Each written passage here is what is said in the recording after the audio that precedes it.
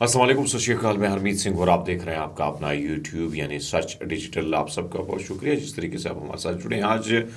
جو ویلاگ ہے اس میں ہم بات کریں گے یمن کا خوف برقرار، اسرائیل کے بحریہ جہازوں نے اپنا روٹ بدل دیا ہے۔ بنگلہ دیش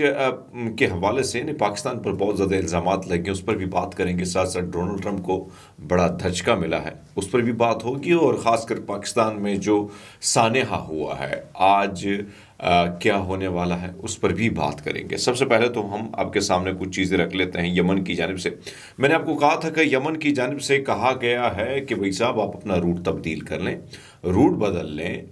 یعنی اگر نہیں بدلیں گے، پہلے انہوں نے تو شرط رکھی۔ عبد المالک حوثی جو سپریم لیڈر ہیں یمن کے،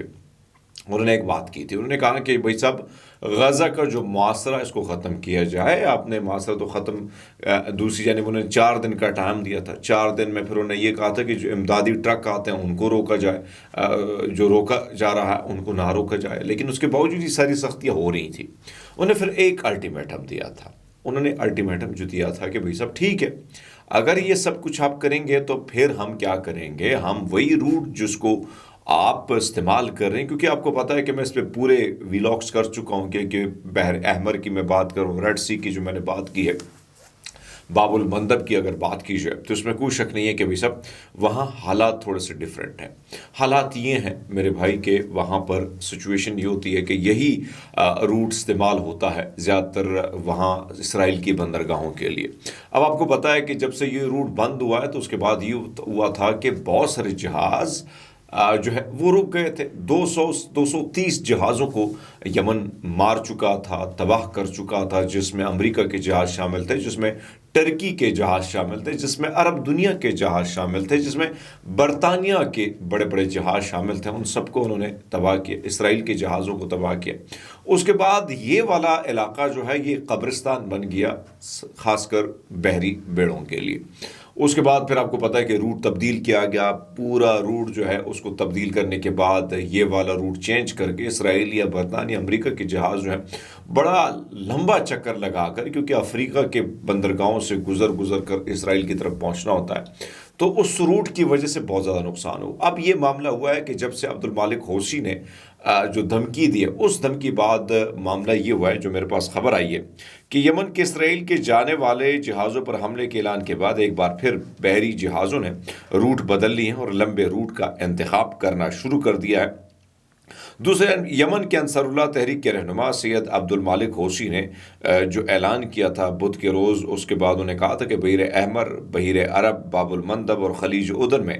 اسرائیل جہاز رانی پر پابندی کا دوبارہ آغاز ہو رہا ہے، جو منگل سے نافذ العمل ہو چکا ہے۔ خطے میں اسرائیلی قبضے کی جارحانہ پالیسی کا مقابلہ کرنے کے لیے یہ کیا گیا ہے۔ انہوں نے کہا تھا کہ بھائی صاحب ہم مکمل ناکہ بندی کریں گے، ہم نہیں چھوڑیں گے، جو جہاز بھی آئے گا اس کو تباہ کریں گے یا اس کو جو ہے گرفت میں لیا جائے گا۔ اب معاملہ یہ ہے کہ اب اسرائیل کی جو جہاز ہیں یا دیگر جہاز، انہوں نے اپنا روٹ بدلنا شروع کر دیا اس دھمکی کے بعد۔ عراق میں آپ کو پتہ ہے کہ شام میں جو حالات پھوٹ پڑے ہیں، میں نے آپ کو ذکر بھی کیا تھا کہ اس میں چیچن باشندے ہیں، دیگر لوگ ہیں، ایسے لوگ ہیں، ایسی شکلیں ہیں جن کو شام کے لوگ دیکھ کے بھی حیران ہے کہ بھائی صاحب یہ کون سی مخلوق آ گئی ہے۔ عراق کی طرف سے یہ اعلان ایسے وقت سامنے ہے جب عراق میں نئے قائم کیے گئے گروپ نے شام میں الویوں کی ہلاکت کا انتقام لینے کا اعلان کیا۔ خیال میں نے جس طرح بات کی کہ شام میں جو فورسز نے جو ظلم ڈھائے ہیں، تو ایک طرف تو یہ سچویشن ہے، دوسرے ہم آپ کو بتاتے چلے کہ مقبوضہ کشمیر کی 2 بڑی جماعتیں جو ہیں ان پر پابندی عائد کر دی گئی ہے۔ میر وائز عمر فاروق پر بھی پابندی کا شکار ہو چکا ہے۔ بھارتی میڈیا یہ رپورٹ کر رہا ہے کہ مودی سرکار نے پابندی میں میر وائز عمر فاروق کی عوامی ایکشن کمیٹی اور منصور عباس انصاری کی جماعت جموں کشمیر اتحاد المسلمین پر پابندی عائد کی ہے۔ میڈیا رپورٹ میں مزید بتایا گیا کہ بھارتی وزارت داخلہ کی جانب سے جاری نوٹیفیکیشن میں کہا گیا کہ ان دونوں تنظیموں کی علیحدگی پسند مسلح سرگرمی ملوث ہونے کے شواہد ملے ہیں۔ نوٹیفیکیشن میں یہ کہا گیا کہ اگر ان دونوں جماعتوں نے اپنی عسکری سرگرمیوں کو ختم نہ کیا تو پابندی مستقل طور پر رہے گی۔ مقبوضہ کشمیر کے سابق وزیر اعلیٰ محبوبہ مفتی اور دیگر سیاسی رہنماؤں نے مودی سرکار کے اس اقدام کو جمہوریت پر شب خون قرار دیا ہے۔ یہ پہلی بار نہیں ہے جب مقبوضہ کشمیر میں جو ہے کسی سیاسی جماعت پر پابندی عائد کی گئی ہو۔ جنت نظیر وادی کے حوالے سے جب ہم دیکھتے ہیں تو اس کی ایک ایسی تاریخ ہے جس میں 2019 سے لے کر اب تک 10 سیاسی جماعتوں پر پابندی لگائی جا چکی ہے۔ دوسرے، بنگلہ دیش میں جو حالات پھوٹے ہیں اس پر کچھ خبریں ہمارے سامنے آئی ہے۔ بنگلہ دیش کی فوج نے انڈین میڈیا میں شائع ہونے والی ان خبروں کی سختی سے تردید کی ہے جن میں دعویٰ کیا ہے کہ بنگلہ دیش کی فوج میں بغاوت کے آثار پائے جا رہے ہیں اور پاکستان کی حامی فوج افسر جنرل فیض الرحمان کو مبینہ بغاوت کے الزام کے تحت زیر نگرانی رکھا گیا ہے۔ انڈیا کی خبر رساں ادارے دی اکنامک ٹائم اور انڈیا ٹوڈے میں شائع ہونے والی ان خبروں میں الزام عائد کیا گیا ہے کہ بنگلہ دیشی فوج کی جو ہے وہ چین یعنی جو چین آف کمانڈر نوٹ یعنی ٹوٹ پھوٹ کا شکار ہے اور پاکستان اور جماعت اسلامی بنگلہ دیش کے حامی لیفٹنٹ جنرل فیض الرحمان دیگر جنرلوں کی مدد سے آرمی چیف جنرل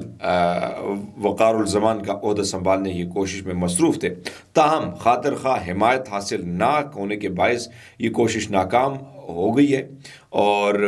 یاد رہے کہ یہ صورتحال اس وقت بنگلہ دیش میں جو آپ کے سامنے ہے وہ اس سے آپ اندازہ لگا سکتے ہیں کہ وہاں پر کیا چیزیں آئی ہیں اور کیا ہو رہا ہے، وہ ساری چیزیں آپ کے سامنے ہیں۔ ایک طرف تو یہ سچویشن ہے، دوسری طرف آپ کو بتاتے چلیں کہ اس وقت پاکستان کے حوالے سے تھوڑی خبر شامل کر لیتے ہیں۔ جو ٹرین حادثہ ہوا، اس حادثے کے بعد آپ کو پتہ ہے کہ پاک فوج نے جس جوان مردی سے جو ہے وہ مقابلہ کیا اور جس طریقے سے اس آپریشن کو کلیئر کیا، اب معاملات یہ ہیں کہ آج بڑی امپورٹنٹ جو ہے وہ ڈیولپمنٹ ہو رہی ہے، کیونکہ بہت سارے سوال اٹھائے جا رہے تھے کہ D G S P R صاحب پریس کانفرنس کیوں نہیں کریں، لیکن میرا بھی یہ خیال تھا کہ شاید وہ کچھ چیزوں کو دیکھ رہے ہیں، شاید کچھ ایسی چیزیں ہیں جس کے بنا پر وہ کچھ ثبوت آج پیش کریں گے۔ تو آج 3 بجے کا ٹائم دیا گیا ہے، 3 بجے کے ٹائم میں یعنی D G S P R lieutenant general Ahmed Sharif Chaudhry اور وزیر اعلیٰ بلوچستان سرفراز بگٹی جو ہیں وہ تفصیلات بتائیں گے آج سپہر کو، یعنی 3 بجے وہ بتائیں گے کہ بھائی صاحب شاید اس میں سے کیا کیا چیزیں ملی ہیں اور ابھی تک اس آپریشن میں کیا کیا کن کن لوگوں کی کتنی ہلاکتیں ہو چکی ہیں، اس پر بھی تفصیلی گفتگو ہوگی۔ بہرحال اپنا بہت سارا خیال رکھیے گا، بہت شکریہ۔